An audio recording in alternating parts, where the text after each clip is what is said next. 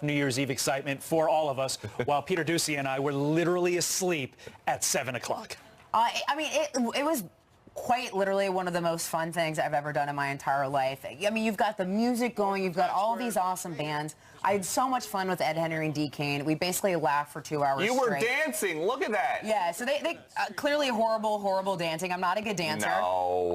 But you know, whatever. We just had fun with it. It was amazing. It was such an honor to be a part of it.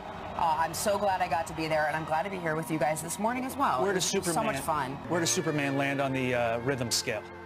You know, they had some moves, but it was funny because I made a joke to him because I'm sure you guys have seen in Times Square, there's a guy who walks around dressed as Batman. Right. And so I was like, Dean, you know, you've got some competition. You're Superman. I've seen Batman around, so, you know, where's the cape? But he didn't have it, so. But then I think he's just not able to change into it unless there's a phone booth. And as you know, Times Square, very hard to find a phone booth. Well, especially with the crowd, right? Right. Oh, What you didn't know, Batman is actually Ed Henry. Let's get to your resolutions.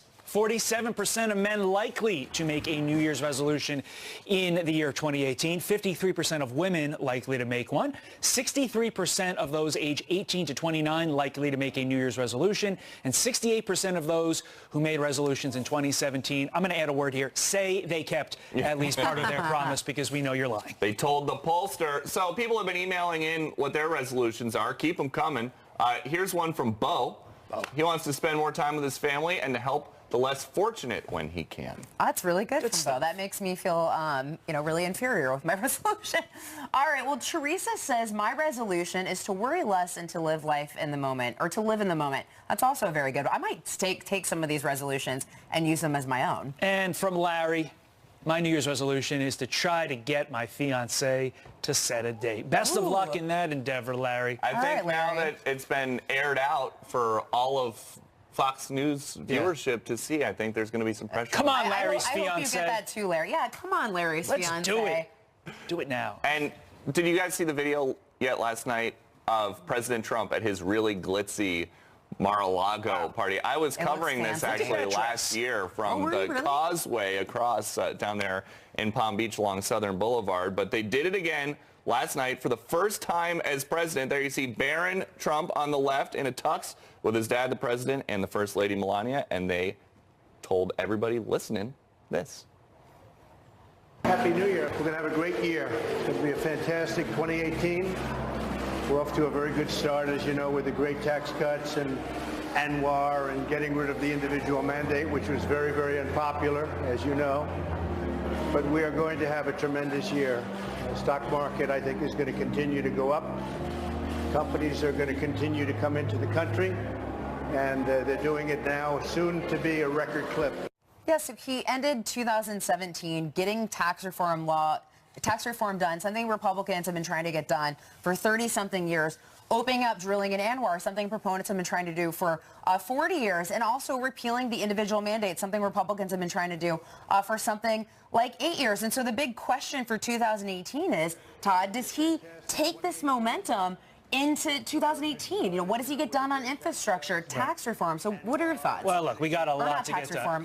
DACA. But DACA, is DACA going to necessarily be tied to keeping the government open, infrastructure like you mentioned? Don't forget about welfare reform, because welfare reform definitely provides, I think, to the Republicans a way to pay for a lot of these things. But then you get into a situation, will Democrats seize on the moment and accuse Republicans of class warfare? So a lot of issues, a lot of opportunity. And so with all that as the setting, President Trump tweeted this.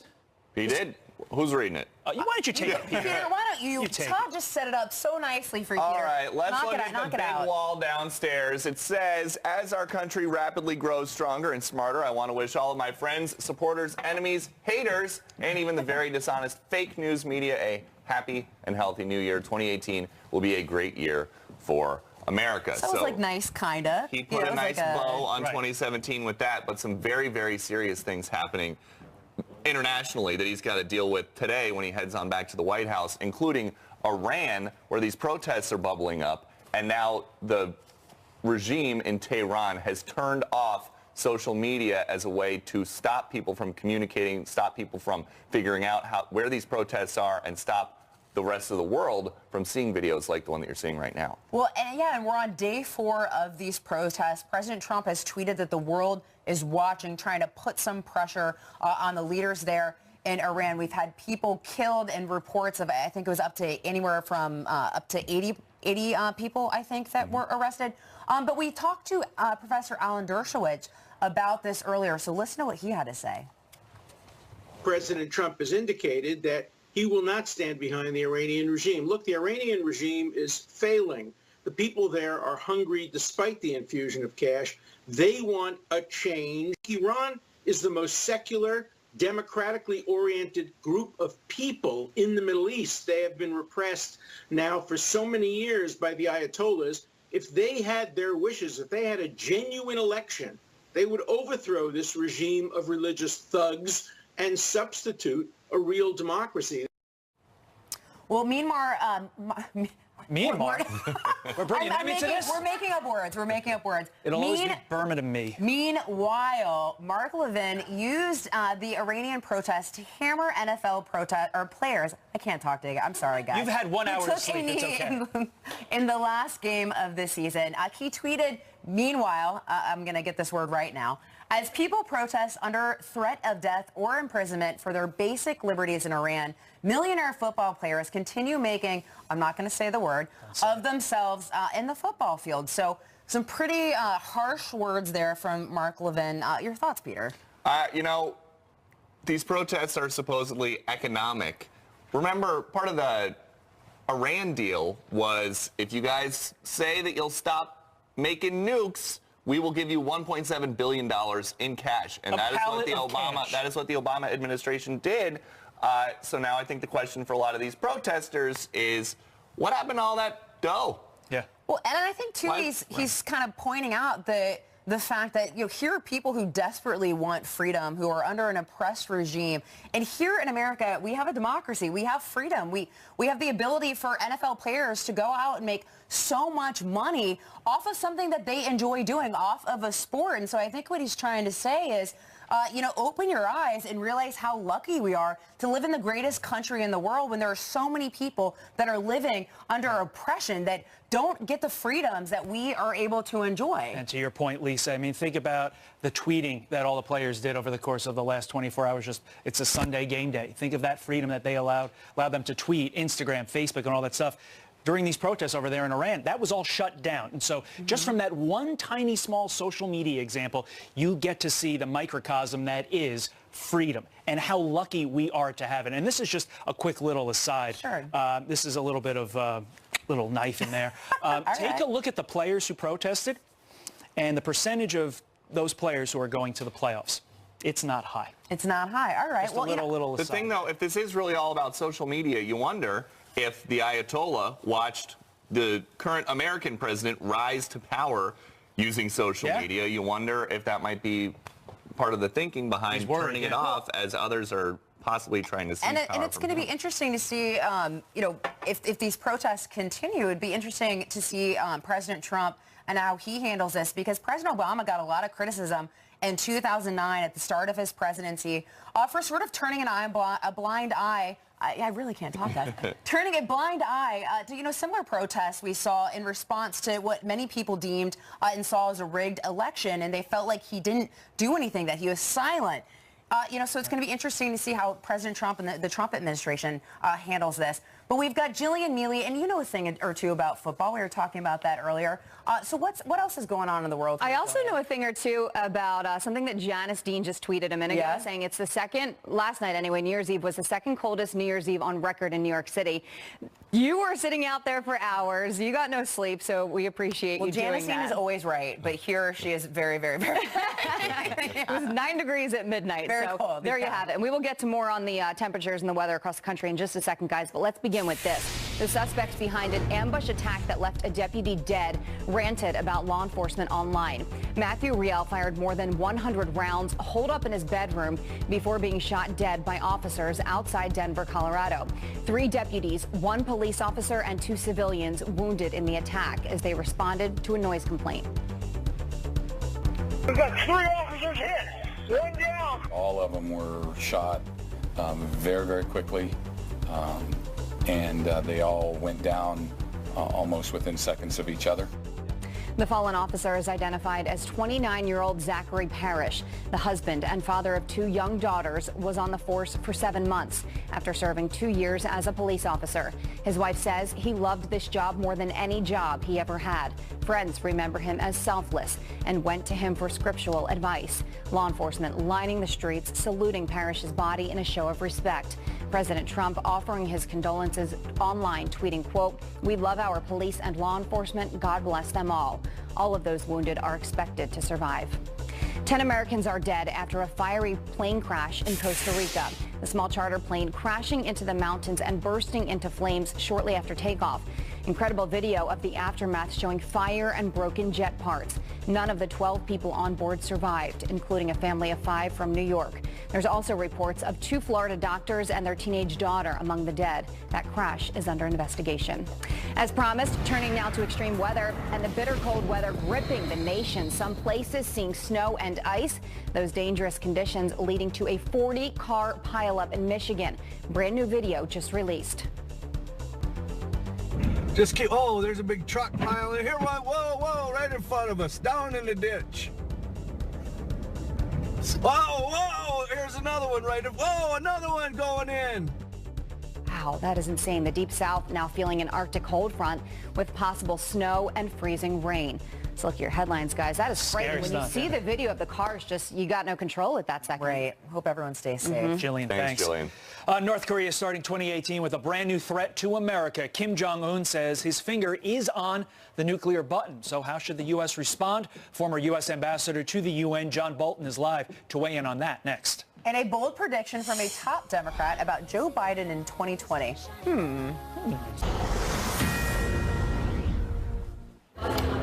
We'll see. We'll see. President Trump responding briefly Sunday to a chilling warning from North Korean dictator Kim Jong-un, now claiming to have a nuclear button ready on his desk. Here to react, former U.S. Ambassador to the UN and Fox News contributor John Bolton. Happy New Year to you, sir.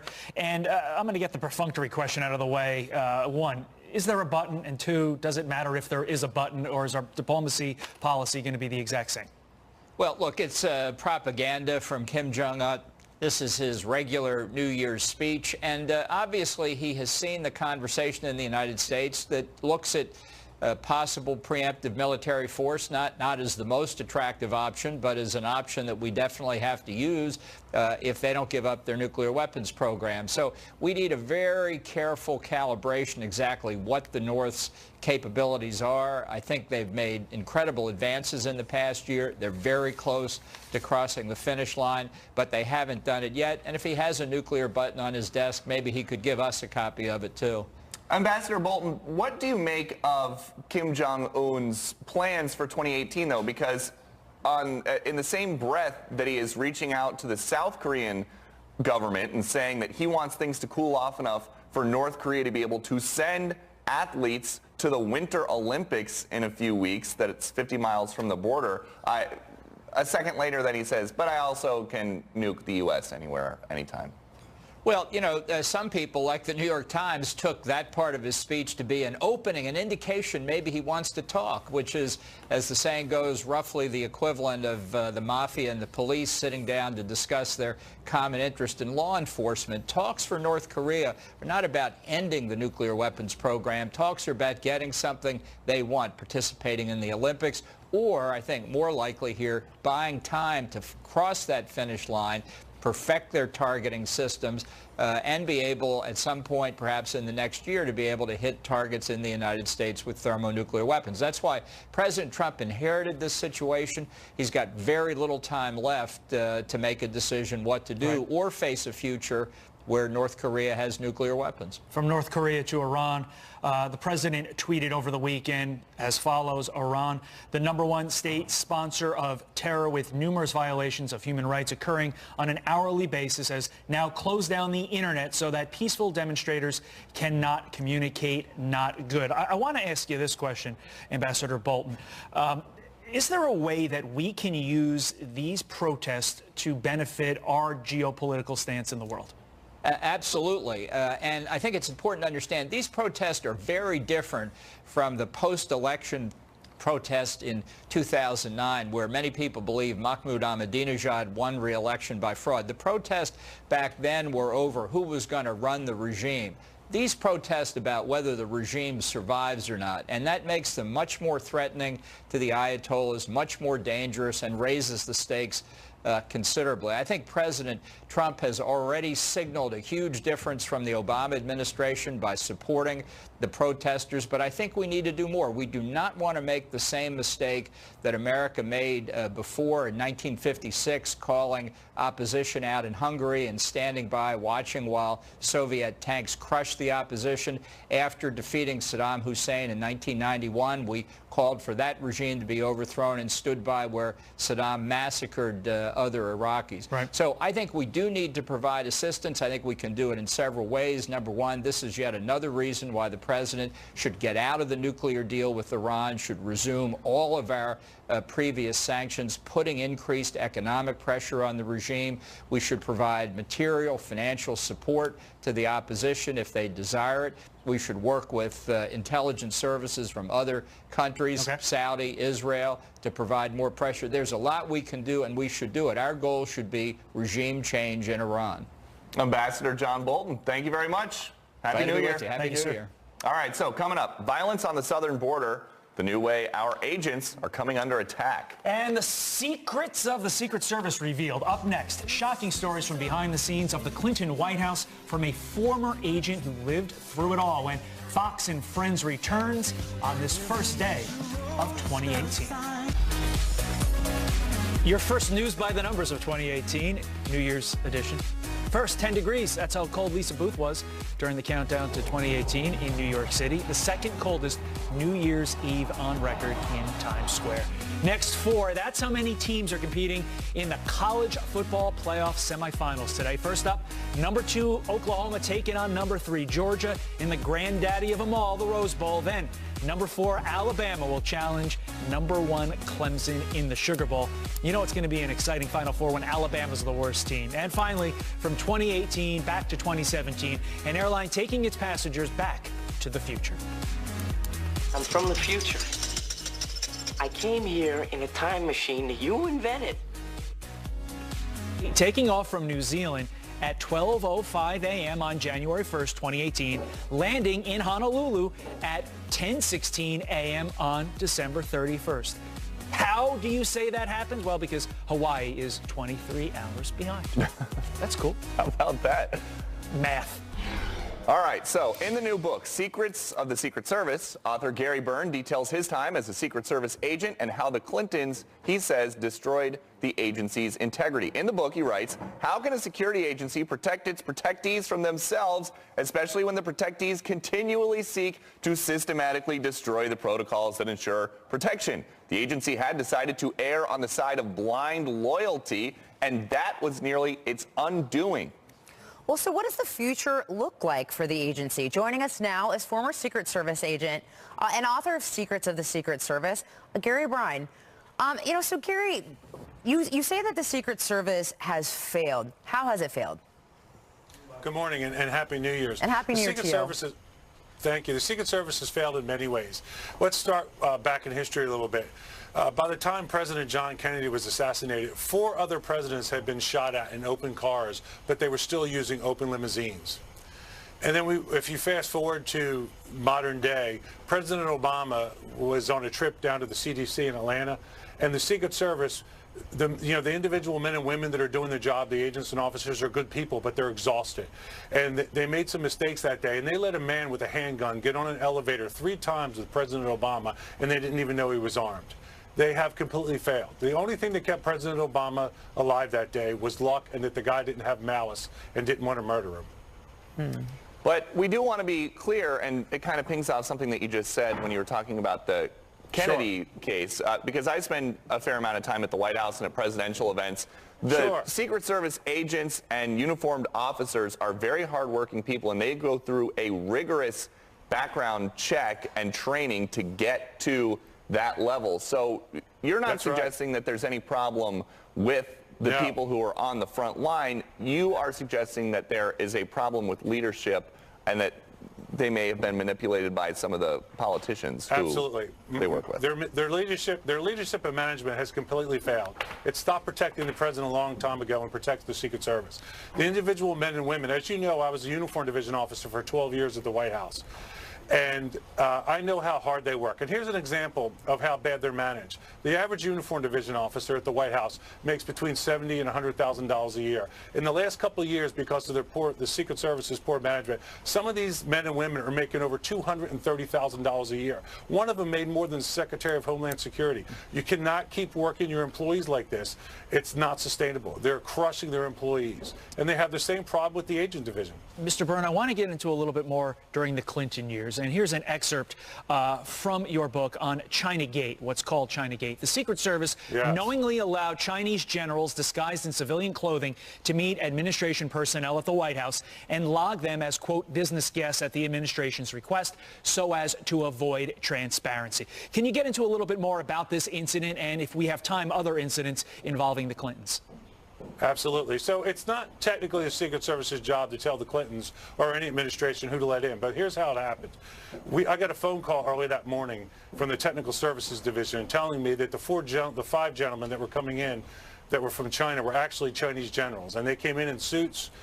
They came in to talk to the administration about something, and then later on that turned into another scandal part of that, where the Democratic Party was accused of doing certain illegal things with campaign contributions.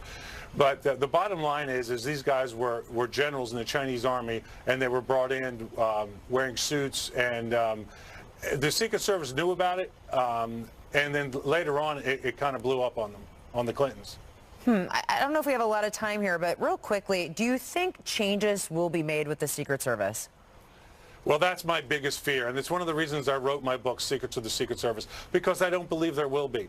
There will be changes, because the Secret Service, the one thing that it's good at is hammering its employees and keeping this false narrative that they're the best at what they do, which is not they want to be the best, and the rank and file try to do the best, but their management system has completely collapsed. Now, they have a new director that was not former Secret Service, but everybody underneath him is former Secret Service, and I'm not sure he knows exactly what's going on. And that's another reason.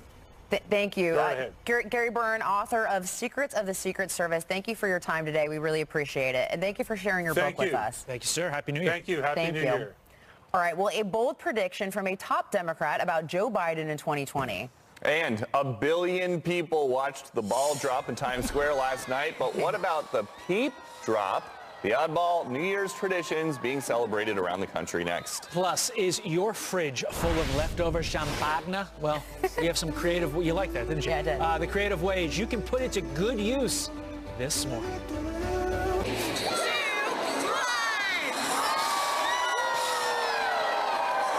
Wait, does the Times Square ball look different to you? It's a little yellower. That's not the crystal ball in New York City's Times Square. This is your shot of the morning from Bethlehem, PA.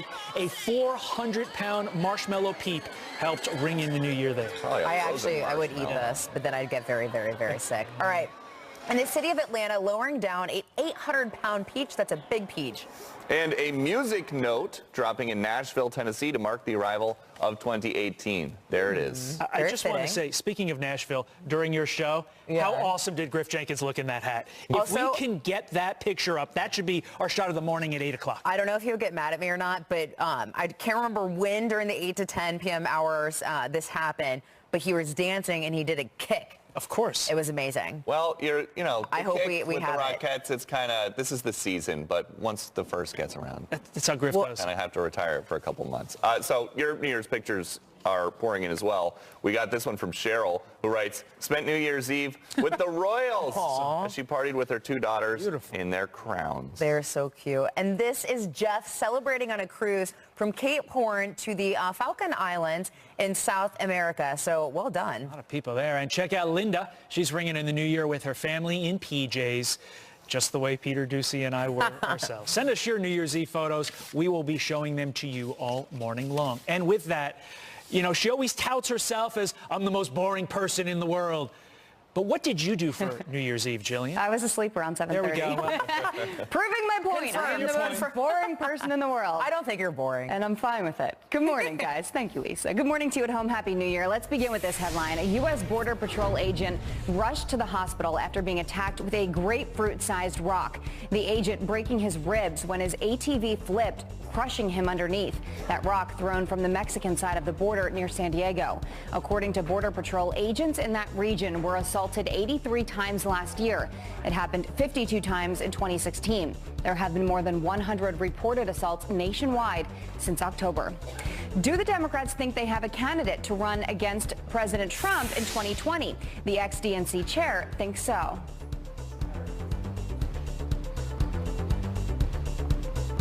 There's only one person I can say would definitely win the election, and is a superstar who could have appeal in almost every state in the union. And that's Vice President Biden. Well, you heard it. Ed Rendell telling New York's AM 970 host that if Biden runs, he would win overwhelmingly. Biden has become a frequent critic of Trump since his inauguration, and many speculate he has his eye on a presidential run. Stay tuned. Maria Menounos ringing in the new year with a wedding right in the middle of Times Square. Do you freely and without reservation give yourself to Maria in marriage? I absolutely do. And Maria, do you freely and without reservation give yourself to Kevin in marriage? I do. Menounos marrying longtime boyfriend Kevin Undergaro on live TV. Her Fox New Year's Eve special co-host Steve Harvey officiating the ceremony. The couple has been together for 20 years, so many congrats. That's a look at your headlines. Guys, I'll send it to you. An interesting choice to have the host of Family Feud officiate a wedding. Peter also got married on TV last night. What's ironic about that is he actually called her Natalie Morales, which is unfortunate because that's what Steve Harvey does. He misses names. Aww. 3 people got that joke. All right. Have a leftover bottle of bubbly in the fridge from last night? Well, have no fear. Lifestyle expert and chef Ashton Keefe joins us with some fun recipes that you can whip up with your extra champagne and sparkling wine. Ashton, this is a lot more imaginative than most people who just pour the champagne in with some orange juice. Of course. Well, that's fine too, but we have 2 recipes and 2 cocktails for you if you have any leftover, which you might not, but that just gives you an excuse to open another bottle. Okay, so we're making mimosa pancakes. So this is a play on a mimosa, but we're doing it in pancakes. So what I have here is just salt, baking powder. We've got, here I'm going to employ you guys to help me. I've got some milk.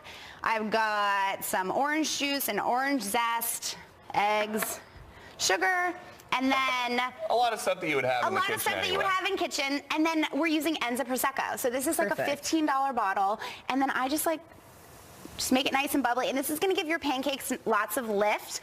It's really delicate in flavor, a little bit of citrus notes. And then I'm pairing the pancakes with a bunch of just like Supreme citrus. So this won't get you drunk? It won't get you drunk. It's just to have fun. And then you guys will see how beautiful they are. And that's your mimosa pancake. And you can have them with mimosa. So maybe, you entertain on New Year's Eve. You want to keep it going. You want to entertain on New Year's Day. So tell us, some charcuterie you've got over here. Tell us a little bit about what we have over here. So this is a bubbly fondue because who doesn't love cheese and wine? And so instead of using white wine, we're using Yellowtail Bubbles. So this is a $10 bottle. It's really lovely. It's delicate, but you can cook with it too. So what I did here is I just took some shallots and a little bit of that leftover bubbly and I reduced it, and I'm using 3 parts of different cheeses. So Can we put the cheese in? Please. So we got about half a pound, all of it. Wow. Well, it's fondue. So we've got sharp cheddar, Gruyere, and Brie. But you can use whatever you have on hand. It's like there's no rules for fondue. Some of it is shredded, some of it is cubed. That's all going in the same thing? All going in it and just going to melt and get nice and delicious. And then I have a fondue pot there. No, you don't want. I wanted to give you the opportunity. Okay. You can do it, Peter. The best thing about this bottle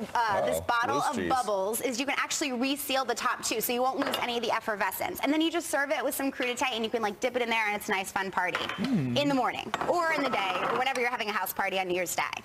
All right. Well, so sparkling sangria, breakfast martini. What is this, and how do you make it? Okay, so we have 2 cocktails here that are really, really fun. We've got, so kind of I know the holidays are over, but we've got a nice cocktail and a naughty cocktail. And our nice cocktail, I know, right? Which one would you choose? There's way too much excitement for the one naughty. Like I'm an 8-year-old. So So the nice cocktails for those who are doing a New Year's resolution, we have Epa Sangria. It's a red sangria that's already made, so it's got lots of antioxidants, acai, blood orange, and then I take Is that nice or naughty? That's the nice one. Okay. That's the nice one, and I'm putting it in this big pitcher. So if you guys would actually do me the honors, we're going to pour about half of that sangria in here, this red bottle right here, and then about half of that bottle the Enza Prosecco. So we're using the same thing that we use in our mimosas, so you don't have to buy another bottle. You can do it together. Yeah, just do it together. So that's our nice cocktail. That's our nice cocktail. So don't use all of that Prosecco, because now we're going to make the breakfast martini, which is like my naughty one. All right. So in the shaker, okay, we can do that. That's awesome. We're just going to go for it. We're supposed to use that, though. Well, yeah. And then we're going to do orange juice. You can pour orange juice. We've got some vodka. You could use gin, too. And then a little bit of orange liqueur. And we're just going to give that a very light shake. Oh, I want to do that. That's the reason I was on this end. I put you there for a reason. And then I batched it because that just makes life easier when you're having people over. Perfect. And then you just pour it into chilled martini glasses. So you subscribe to the hair of the dog. You That's why I'm doing it over the hair here. of the dog. Keep it going. Bring it into the New Year's. And the hair of the dog. New Year's Day. Okay. All right. That's shaken enough, I think. That's shaken. Where can I pour it in? Well, okay, so I batched it for us to make life easy. Batched it. So You're you always can do that at batching home. things, Ashton. Yes, it makes things very, very easy. And then you can just top it when your guests come over and serve it. And all this stuff can sit out at room temperature and have for like a great New Year's Day party. Perfect. So, let's say New Year's Day, you want to make some of these things. How long do you think it'll take folks at home to make them? Oh, 15 minutes, 15 minutes, 15 minutes. It's all very, very right up easy. my alley. Yes, yes. And you can Easy have a peasy. glass of bubbles while you do it. I like the way you think. Yes. So, yes. Well, maybe Ashton. after the show we'll do it. Ashton Keefe, thank you very much. Thank you. I'm very happy.